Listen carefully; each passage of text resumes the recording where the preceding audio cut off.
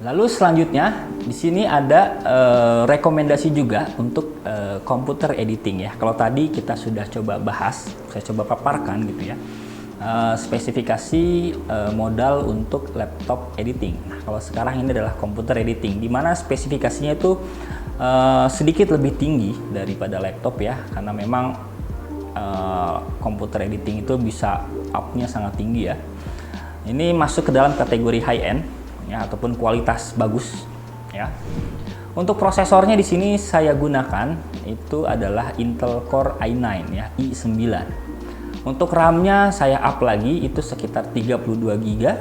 Lalu untuk storage-nya itu 1 tera gitu ya. Lalu untuk VGA-nya itu Nvidia GeForce RTX 3070 Ti, dan total harganya itu untuk komputer ketika saya rakit itu ada di estimasi sekitar kisaran 40 jutaan ya. Nah, lalu ada lisensi software Adobe Creative Cloud-nya itu 1 tahun sekitar 22 juta. Lalu ada lisensi Windows 11 Pro itu sekitar 2.700.000 ya, dan seperti biasa untuk harganya ini disesuaikan dengan kurs dolar yang ada. Jadi ketika dolar sedang tinggi, otomatis harga akan semakin tinggi pula. Jadi kalau dolar sedang turun, itu dipastikan juga harganya tidak terlalu tinggi. Jadi acuannya itu adalah harga ataupun kurs dolar yang ada ya. Nah, lalu berapa nih kira-kira total modal yang dibutuhkan ketika kita menggunakan komputer editing sebagai modal awal kita?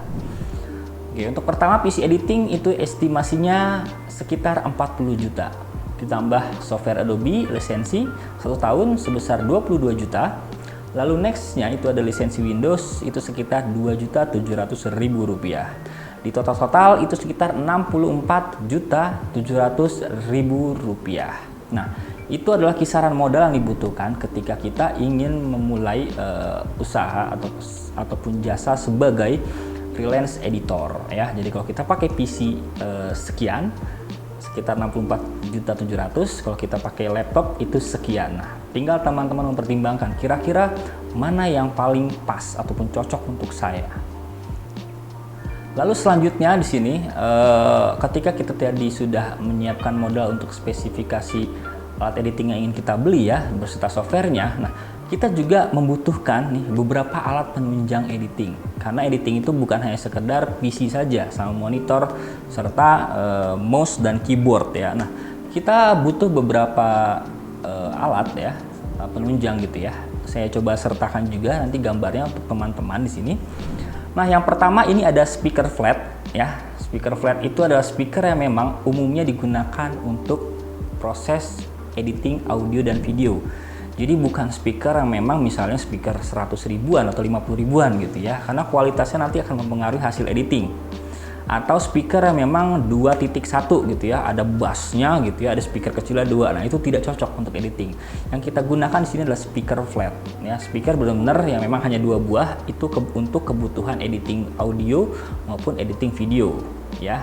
Untuk merek-mereknya itu beragam ya, mulai dari merek Yamaha ya, lalu ada Toned Fender gitu ya, lalu ada Samson dan lain-lain. Pastinya pastikan dulu apakah ini speaker flat ya 2.0 atau bukan, dan memang digunakan untuk editing atau bukan. Lalu selanjutnya ini adalah headset ya. Jadi headset itu mungkin teman-teman pernah lihat ya, saya sertakan juga gambarnya. Itu bentuknya melingkari kepala kita dengan ada busa phone seperti ini ya. Jadi jangan gunakan earphone tapi gunakan headset. Kenapa? Supaya kita bisa konsentrasi dan full mendengarkan audio yang kita gunakan di software editing. Dan hal ini juga dapat mengurangi gangguan ya dari suara-suara luar ya. Kalau kita pakai earphone yang kecil seperti ini masuk ke dalam telinga, itu kan suara-suara dari samping ataupun sekitar kita tuh masih bisa masuk ya.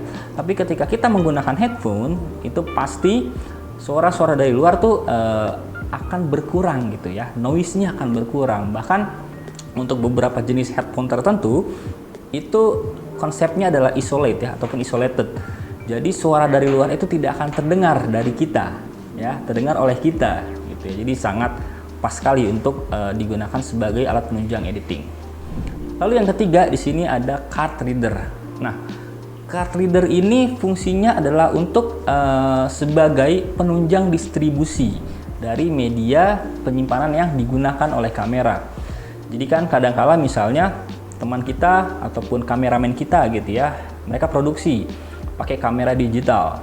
Nah, hasil penyimpanan ataupun media penyimpanannya itu kan adalah memori. Nah, bagaimana dari memori itu kita pindahkan ke dalam komputer gitu ya. Nah, kita butuh yang namanya card reader untuk membantu mendistribusikan ke slot USB yang ada di komputer kita. Dan selain itu juga kenapa kita gunakan card reader, karena memori kamera itu beragam jenisnya ya. Ada yang memorinya pakai micro, ada yang memori SD biasa, lalu ada juga memori CF gitu ya. Nah, jadi kita butuh card reader. Dan memang biasanya kalau kita menggunakan PC gitu ya, tidak semua casing yang ada di pasaran itu punya slot memori. Jadi kita butuh card reader gitu ya, sebagai alat penunjang untuk pendistribusian materi dari perekaman kamera ke komputer. Lalu nextnya di sini adalah hard disk eksternal. Nah, hard disk eksternal ini sangat berguna sekali ya, dan banyak sekali kegunaannya ya. Misalnya yang pertama, hard disk eksternal ini bisa kita gunakan sebagai backup data. Jadi suatu ketika misalnya kita melakukan proses editing di sebuah komputer kita, lalu kita backup gitu ya dengan hard disk eksternal, dan kita kan nggak tahu nih, tiba-tiba misalnya komputer kita rusak atau datanya error. Nah, ketika dari hard disk eksternal yang kita gunakan sebagai backup data, itu bisa kita jadikan materi lagi untuk kita edit. Bayangkan kalau kita tidak ada hard disk eksternal sebagai backup data. Ketika kita ngedit, tiba-tiba komputer rusak, selesai, data hilang, alat kita hilang. Atau yang kedua, misalnya hard disk eksternal itu juga bisa menjadi media pendistribusian. Misalnya, teman-teman ada produksinya di satu tempat di A.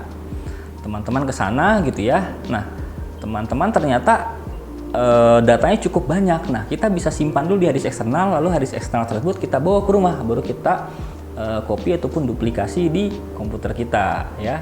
Jadi bisa sebagai alat untuk pendistribusian materi editing atau juga sebagai alat backup data.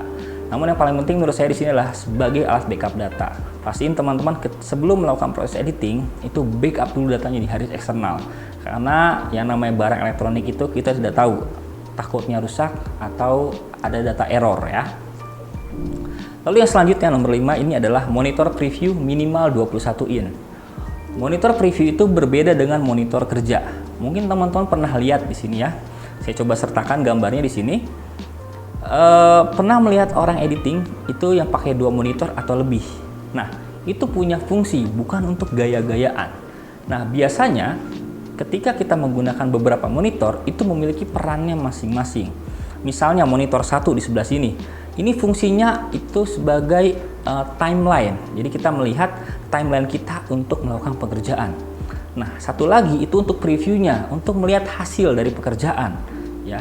Jadi kalau kita pakai satu monitor, udah timelinenya di situ, lalu ada monitornya satu kecil gitu ya untuk preview. Nah, itu kan jadi tidak terlalu fokus kelihatannya.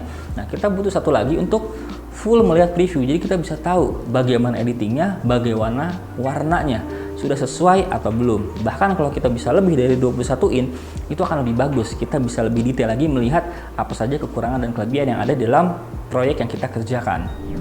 Lalu yang terakhir ini adalah Tangent. Ini alat untuk color grading. Mungkin di sini saya coba sertakan gambarnya ya. Nah, Tangent ini banyak modelnya dan juga banyak mereknya ya.